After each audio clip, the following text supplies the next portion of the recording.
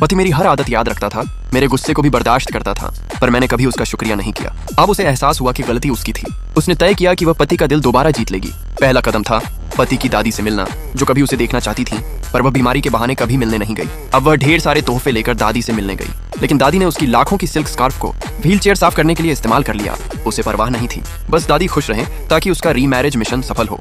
वह दादी को धूप में बैठाने ले गई, पर तभी अस्पताल से ट्रांसफर करवाने आए पति से टकरा गई। बाहर पहुंचते ही उसे चिकनाई भरे फास्ट फूड की बदबू से उल्टी होने लगी। दादी ने एक नजर में समझ लिया, ये तो प्रेग्नेंट है। वह उल्टी के लिए वॉशरूम गई और दादी को अकेला छोड़ दिया। जब लौटी, दादी गायब थी। वह पागलों की तरह खोजने लगी और संयोग से अपने पति से टकरा गई। पति गुस्से से बोला, तुम जानती थी कि दादी बीमार हैं, फिर भी उन्हें अकेला छोड़ दिया।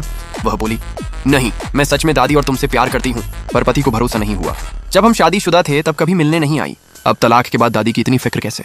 जब उसने देखा कि चोट लगी है तो अनजाने में उसका दिल फिर दुखने लगा। पर पति ने कहा, मैं अब तुम्हें दोबारा नहीं देखना चाहता। बाद में उसने दादी को इच्छा पेड़ के नीचे पाया, जहाँ दादी ने उसके लिए सुरक्षा ताबीज बनाया था। तब उसे एहसास हुआ, गलत समझा, को ढूंढने गई, पर देखा कड़ाता हुआ अब भी दादी को ढूंढ रहा था। जैसे को पता चला कि दादी मिल गई हैं, वह बेहोश होकर गिर पड़ा। जब वह फिर जागी तो खुद को पति के घर में पाया। उसे लगा, क्या पति फिर से नरम पड़ गया? वह जवाब पाने को बेचैन थी, पर पति ने कहा, मैं आज रात इस शहर को हमेशा के लिए छोड़ रहा हूँ। वह घबरा गई, पर पति बोला, तुम फिर से किसी अमीर आदमी से शादी कर लो, बिना चिंता की जिंदगी जियो। उसने जितना भी रोका, पति ने रुकने से इनकार कर दिया। वह उदास होकर घर से निकली और बाहर तेज बारिश हो रही थी। उसने ड्राइवर को बुलाने से इनकार किया और आखिरी दांव खेलने का सोचा।